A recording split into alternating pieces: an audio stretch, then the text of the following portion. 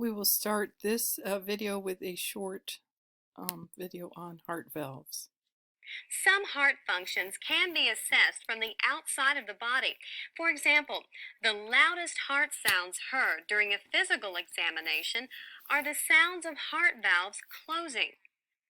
There are 4 valves of the heart, 1 in each chamber. Located at the point where blood leaves the chamber, each is a membranous flap that serves to prevent backflow of blood.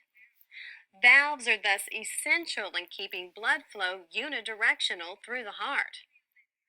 Atrioventricular or AV valves are located between the atria and the ventricles and prevent backward flow of blood from the ventricles into the atria. Semilunar valves are located at the point where blood leaves the ventricles, preventing backflow of blood into these chambers. On the right side of the heart, a semilunar valve separates the right ventricle from the pulmonary trunk. And on the left side, a semilunar valve separates the left ventricle and the aorta.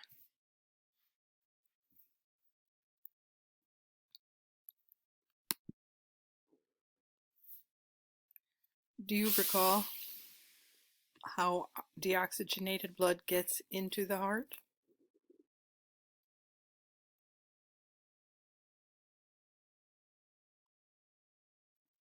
Deoxygenated blood flows from the upper part of the body into the superior vena cava, and from the lower part of the body into the inferior vena cava, and both of these large veins empty into the right atrium.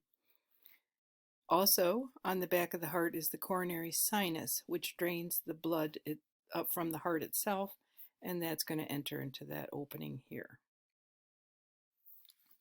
Coronary artery disease is caused by some kind of blockage. When there's blockage, there's reduced supply of oxygen to that area, causing pain called ischemia. And blockage is often caused by some plaque, atherosclerotic plaque, that can be caused by high cholesterol in the diet. A blood clot can also narrow the vessel. A thrombus is a blood clot that remains in place. An embolus is a blood clot that moves. So once a blood vessel is damaged, there can be a spasm of that damage, and that can further decrease the blood flow. On the left, you can see a healthy heart with the good blood supply through the coronary arteries. And here on the right, you can see that there's some trouble here. Now, you've heard of a bypass. A bypass, see this blue area here? A bypass would take a vein stripped from your leg and sew it. The surgeon would sew it above the blockage and down below the blockage, bypassing the blockage. So quadruple bypass would have 4 tiny bypasses sewn around each blockage. Before you go in for a bypass, though, they would use balloon angioplasty. They insert a tube into usually an artery in your groin and thread it up to your heart and inflate a balloon, and the balloon is going to push the plaque away from the center of that artery. It's going to push it out toward the side, and then to keep that open, they can put a mesh stent there. If they didn't use a stent, it would probably just, over time, just reform that blockage.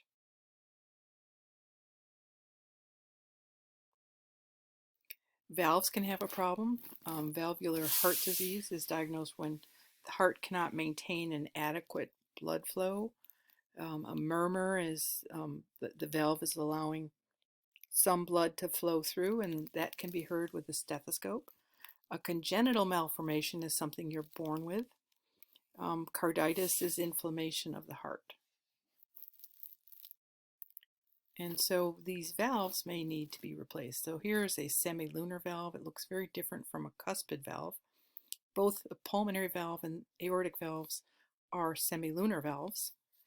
Open on the left, closed on the right. So can you figure out which way the blood is flowing? Is the blood flowing into the valve or coming out at you. The blood is coming at you because the valve is preventing backflow, so the blood is allowed to come out at you, but if it tries to backflow, it's going to get hit by those valves. And here's a damaged aortic valve and a replacement valve. They can replace your valves. They have used pig valves in the past, but now they can bioengineer valves. And we talked about anastomosis in the past, where your heart needs such a great blood supply to keep functioning, and sometimes an artery will connect with another artery to form an alternate pathway. Heart sounds are called lub dup. The first sound is lub, and those are the AV valves closing. The second sound is dup. Those are the semilunar valves closing.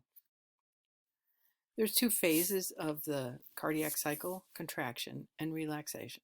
Contraction is systole, where blood is pushed into the next chamber, and diastole is relaxation, where the chamber fills with blood. So here you have relaxation, diastole, and contraction, systole. Now keep in mind that when our heart beats, both atria fill at the same time, so they're called receiving chambers, and both contract at the same time. They are going to send the blood into the two ventricles, so the ventricles will then move the blood out of the heart. So ventricles are called discharging chambers. Both atria contract at the same time, and then both ventricles contract at the same time. So here, during atrial contraction, the ventricles are relaxed.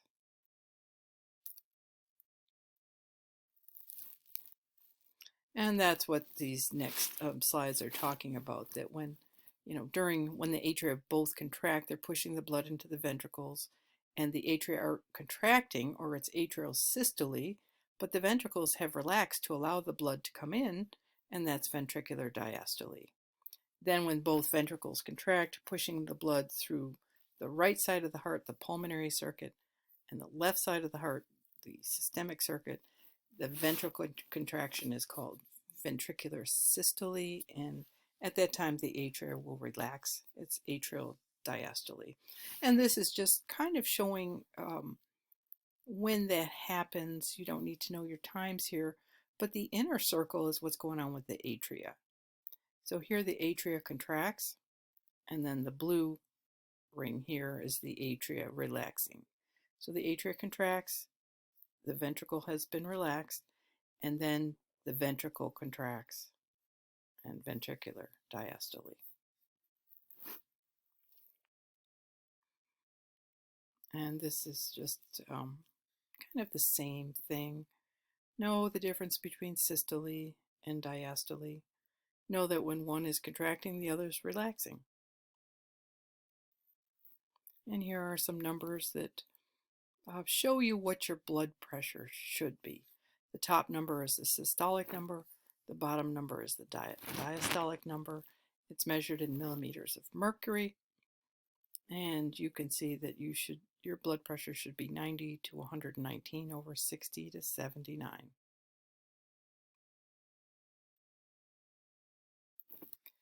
The next topic is the conduction system of the heart. And here's a picture of it. It consists of tissue in the right atrium. This is called the SA or sinoatrial node.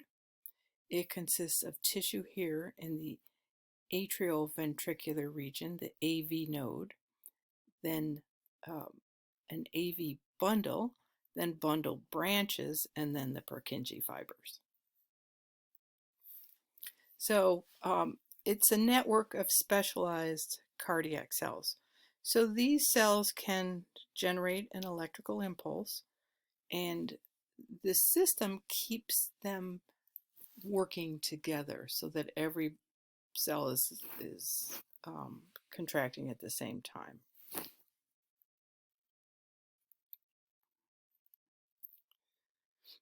So the AV bundle is within the interventricular septum, and then it forms the bundle branches, and finally then the Purkinje fibers getting to the ventricle. So our cardiac muscles can beat without a stimulus. What this means is that if you took a heart, let's say we took a little mouse heart and ground it up and grew those cells on a agar plate with nutrients, and the cells divided, each cell would have its own beat. But as the cells divide and make more cells, and eventually the cells touch other cells, they coordinate and have the same beat together. So there are pacemaker cells in the SA node as well as the AV node. So we will watch this short video on the heart conduction system. Two types of cardiac muscle cells work together to achieve a normal heartbeat. First, conducting cells, which are specialized cardiac muscle cells, initiate and distribute the electrical stimulus to contract. Second, contractile cells, which make up most of the myocardium, contract to reduce chamber volumes and propel blood out of the chambers. The sinoatrial node contains conducting cells that are autorhythmic, meaning they generate action potential spontaneously. In an adult at rest, an action potential is generated in the sinoatrial node roughly 70 times each minute. This electrical impulse is distributed to atrial cells to stimulate their contraction, and it is propagated toward the ventricles.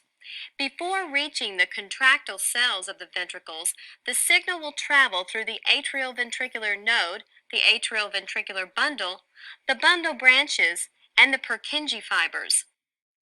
The distribution of the impulse over the system takes time, and by the time the ventricular muscle cells are stimulated to contract, the atria have finished contracting. Neural and hormonal stimulation fine-tune heart rate. If the pacemaker fails or the conducting system malfunctions, an artificial pacemaker must be inserted to take over the job.